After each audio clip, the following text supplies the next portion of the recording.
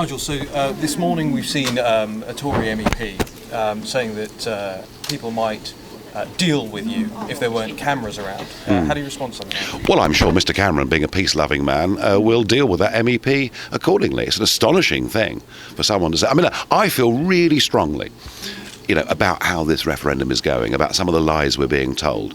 I want to deal with people verbally.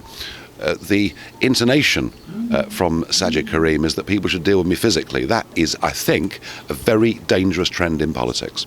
We are seeing now more and more Euro elites saying that actually we should tone down the rhetoric on more Europe.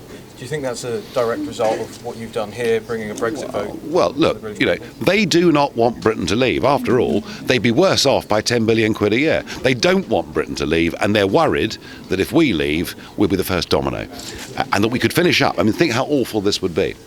We might finish up in 5 years' time with a Europe of independent, democratic, sovereign nation states trading together and being neighbours together and friends together. And all those people in Brussels, those thousands of people who earn more than the Prime Minister, would lose their jobs. Doesn't sound too awful to me, actually. I'm rather looking forward to it.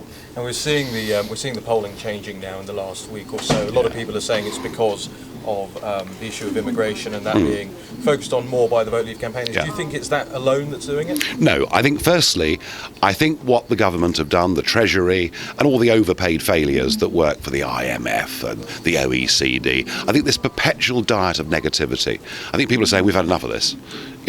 And kind of the feeling that maybe some people would be worse off outside the European Union, the people that govern us. So I think that's made a bit of a difference. But no, I mean, I have been saying for a very long time that we should have an Australian-style point system, we should control immigration, we should have an equitable system that doesn't discriminate against people because of where they come from. We want people to come here with skills and trades. We want people to come here who haven't got criminal records, who bring their own health insurance, but we must control the numbers. And the fact that Boris Johnson and Michael Gove this week have taken that position, and given, if my bet here is right, that one of them is probably going to be Prime Minister by the end of the summer, there is now a broad political voice saying this is the right approach, and that if you want to control immigration, you want to get on top of this issue, the only way you can do it is to vote to leave. And that is what's made the big change. That's why I'm here today. That's why I put my money down. I now genuinely believe that Brexit is going to win. Thank you very much.